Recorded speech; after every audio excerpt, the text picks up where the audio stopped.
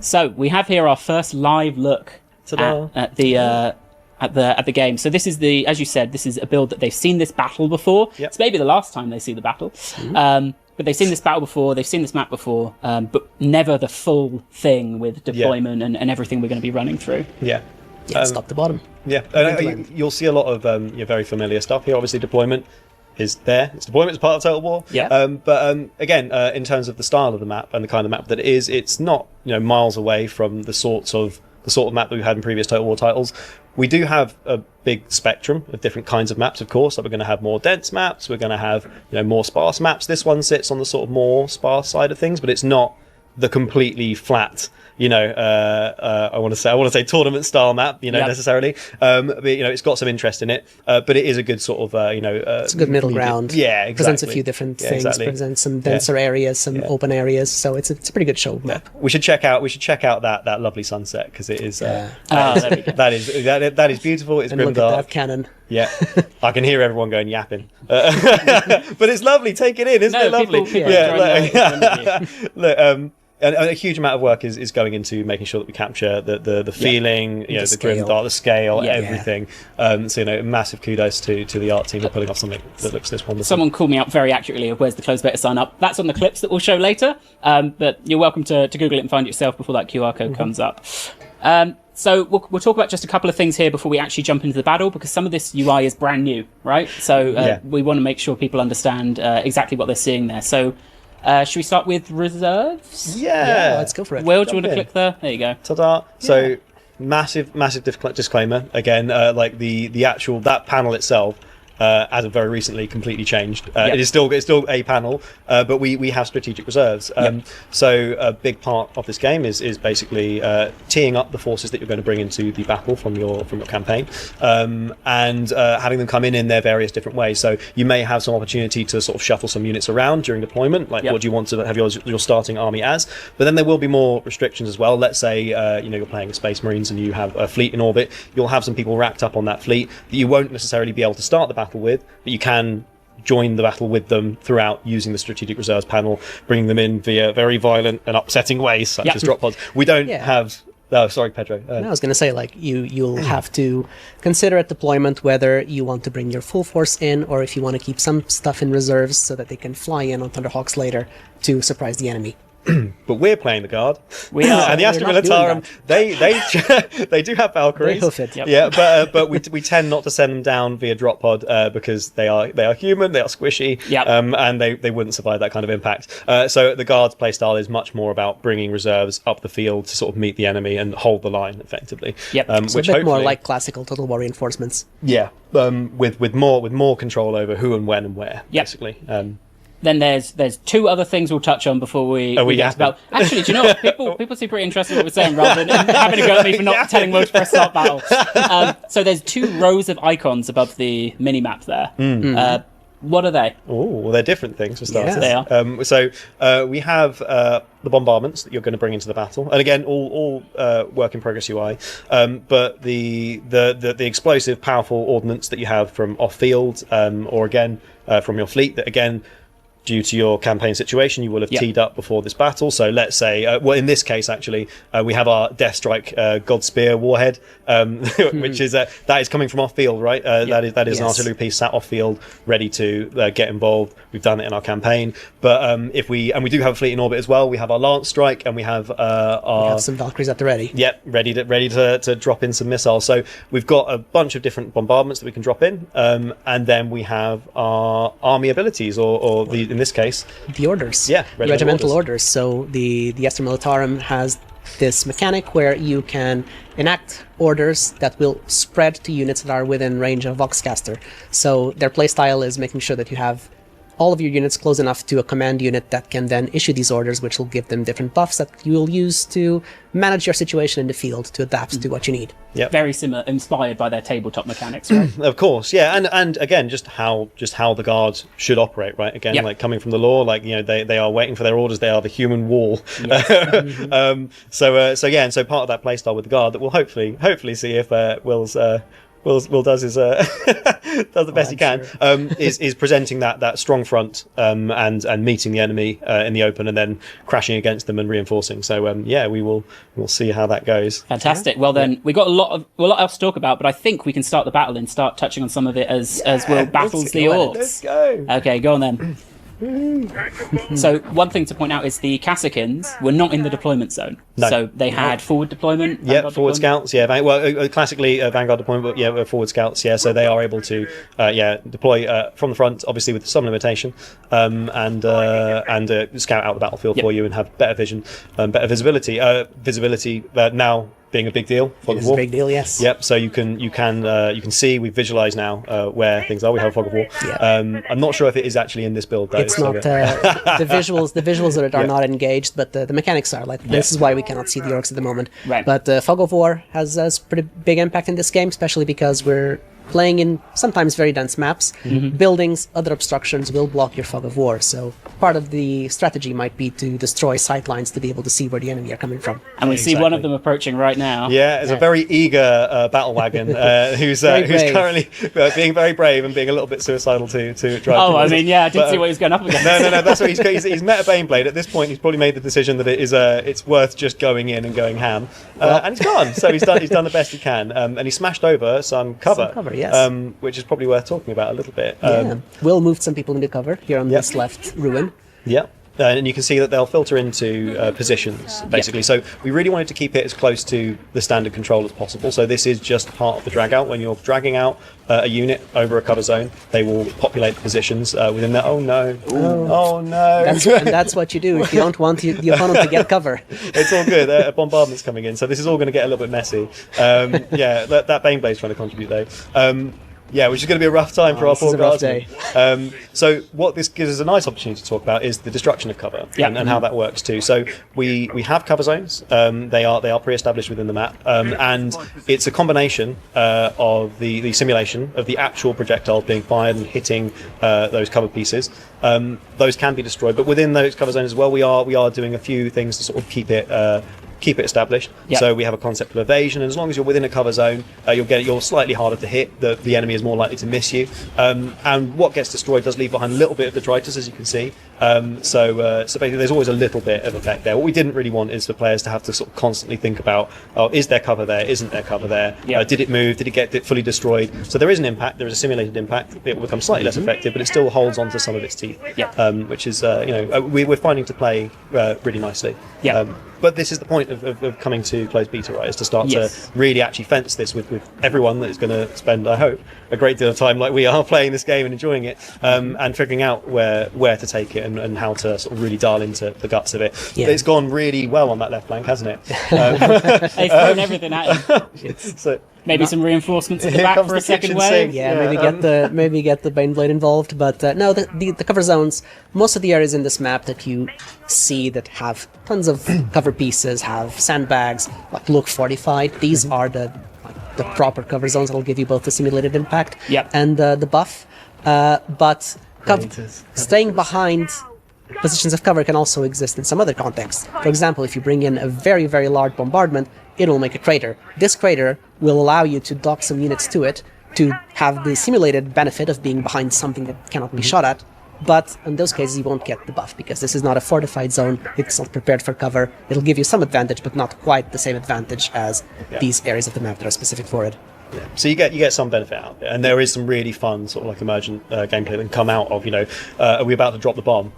All right. All silence for the bomb. Here comes the death strike. So this is lovely. I love this. You can see it's left behind that crater there. Obviously that's a massive one. You'll probably get more effect out of the smaller ones that pepper things, and you have different bombardments with different sorts of cadence of explosion that will create different sizes of crater and stuff. Support squads on their way. Super fun. Awesome. How's it? We need the second front. We need the second front. Do you think it's worth talking about projectiles in one thing. If you look back at that tank, one thing that tank's doing it's trying to do. Oh, it's trying to get out of range. It's firing. It's still flaming them, and you can see some las cannons going off. I think that's a melter going off, but he is strafing. Yeah, he's strafing. So we've introduced strafing. It's a modified movement basically. For your mouse and keys, you can hold down Alt as you drag out. You can just move in that direction. It's not limited to vehicles. We want everyone to have this potential to strafe, but with different proficiency. Yeah. Let's say that. So infantry can strafe, everyone can strafe, but we want to make sure that the different sort of asymmetry and skills of the units are represented. So guardsmen, etc., they'll be able to move backwards slowly whilst firing. Orcs can do it if you're that organised and really want to be backing away. It's not the playstyle you want to go for with orcs necessarily, but when it really shines is where you get your powerhouses like Space Marines who are so powerful and super accurate. Don't lose any accuracy by doing it. Exactly right. So there are negatives to strafing, but what it allows you to do is you move sideways, move backwards, and really reinforce your positional gameplay. Because I think a big part of what makes Total War so crunchy and fun is the positional gameplay. Oh no, little craters and lots of limbs. That's always been our objective. So we're building a game in the 41st millennium when we want to bring all the good Warhammer goodness, but we still want this to feel like a proper Total War game. Yeah. So Total War is a lot about positioning and moving your troops in the right place and attacking the enemy from the right angles. So we still want to drive gameplay primarily through that. Absolutely. I guess we'll talk more about how the combat paradigm works later. Yeah. But that positional gameplay is super important, right? So things we'll talk about it later, but the suppression, flanking, etc. At range is all really important to take down your opponent and make sure you are enfilading, getting around them, encircling them, and bringing them down. Alongside using cover. Mm-hmm. We need more stuff. We need more send in more men. Send in more men. I can't remember if you touched on this when we were talking about reserves themselves, but where are these reserves coming from? If you're on a campaign map. Right. Okay. Yeah. So this will be your surrounding armies, and people that are up on your people, might not be people, Xenos as well. Those that are on your fleets. Yep. So basically, surrounding armies can get involved in these battles. Obviously, there is a total limit of armies that will be able to get involved in a conflict. But you can bring in in some cases up to 40 onto the battlefield, and you'll be able to get involved. Might be quite difficult to get up to 40 Space Marine units in one place. Yep. Right. But that is definitely not hard to do with guard. Yeah. So that is the whole point. Yeah, absolutely. So a little detail about reserves as well that might be worth noticing is at the top, the balance of power bar. You might notice that it has a little divot and another section that basically indicates how many units are in the field and how many units are still to come in. So you can see that still have a little bit of units to come in from the Esther Mill, and the development in progress is kind of hiding the Orc bar, but I believe they have deployed everything at this point, so no more surprises from the Orcs. Yeah, we've got a little bit more in the cannon, although they do have a stomper. Honestly, they've got a stomper as well. This and is rough. He's a scary guy. Maybe we'll make it. Maybe we'll make it. We really wanted to put the biggest thing that we could get away with in a Total War game. We're looking at putting bigger things in later down the line, of course. But this will be the biggest thing we've had in a Total War. I'm very excited about that. You're going to need that low health Baneblade, Will. That's going to have to shoot that Don't let him die. Yeah, you will. Get around him. Awesome. So you can see here, he's, as we kind of predicted, right? He's got a second wave of the guards. Yep. So the first took out what they could, but that's just a huge number of orcs that have just managed to smash through. Yep. So now it's up to that second wave who, looking, I guess, at the corpses of all of the ones who failed before them, having their own go at holding the line. Yeah, but thankfully there's also some cover positions at the back of the map, so now this is where we're trying to make our last stand. Yeah. And we're going to hit the panic button. Yeah, this is the ripcord. So, calling from the fleet, we're going to have our lance strike. This is a hyper powerful, very AP centric weapon. You're not going to be able to use this sort of thing often. It is a really wow. Okay, he's still almost. up. He's still up. We got to pop them. So. There we go. He's probably on his way out. He's starting to pop. There he we goes. go. Nice. Congratulations. Oh, you're out of the other ones. Boom. Well, you Good see job. That die, you're probably going to run on. Now.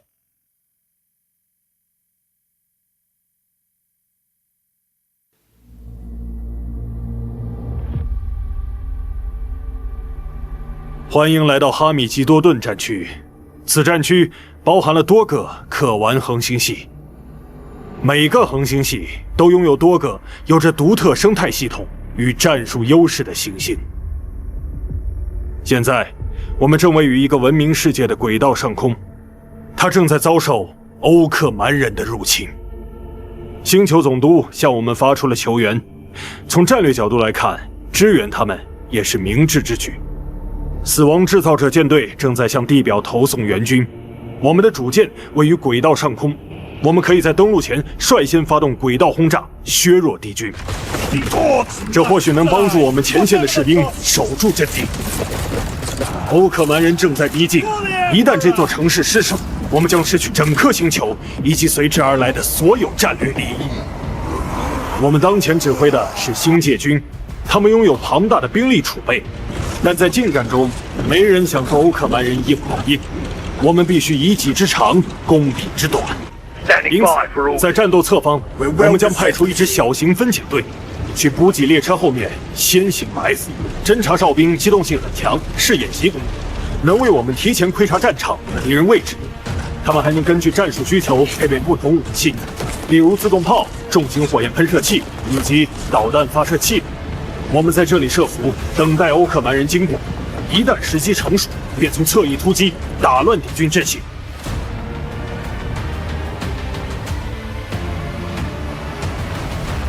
地图中央沿水域展开的是我方主力部队，这里将构成我们的正面战线，主要由卡地亚突击军与卡舍金子部队将尽可能利用掩体进行防御，这将大幅提升他们的生存能力，并降低被敌方命中的概率。但并非所有单位都依赖掩体。欧格林配备撕裂枪，在近距离战斗中拥有极强的压制。我们的装甲部队将在另一侧阻止欧克蛮人正面突桥。我们将诱导敌军从斜坡进入水域，他们的移动速度将会减慢，我们也将趁机削减他们的兵力。我方装甲力量的核心是帝皇毒刃，这是一辆重型装甲坦克，极难被击垮。虽然速度较慢，但它所搭载的强大火力足以弥补这一点。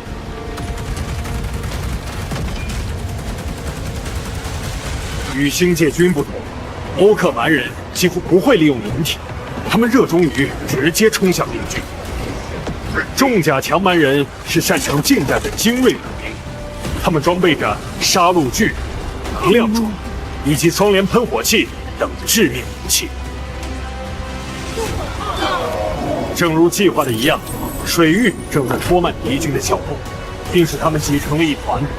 这为我们使用女武神火箭提供了绝佳时机。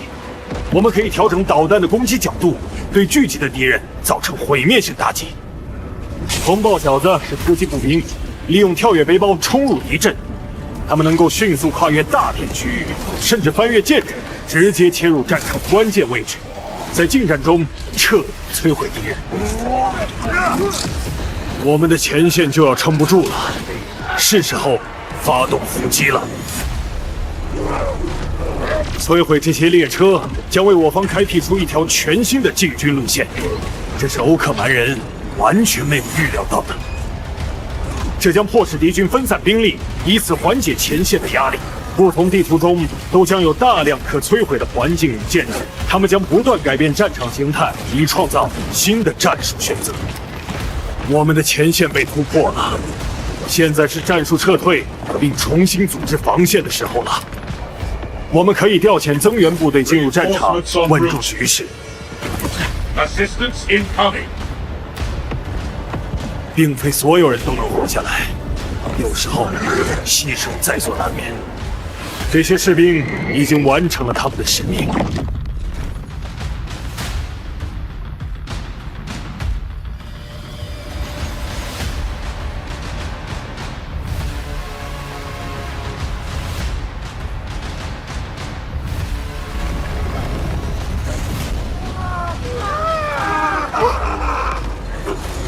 欧克蛮人最大、最要命的单位出现了。践踏狙击是一种超重型战斗机甲，装甲厚重，极为坚固。虽然行动缓慢，但它装备了大量武器，包括超大砍刀、死亡加农炮、超级加特林炮以及超级无敌火箭。我们需要调动一部分装甲力量，逐步削弱它的防御。我们还有杀手锏未使用。由于我们的主舰仍处于轨道之上，我们可以发动轨道光矛打击，对敌军造成毁灭性伤害。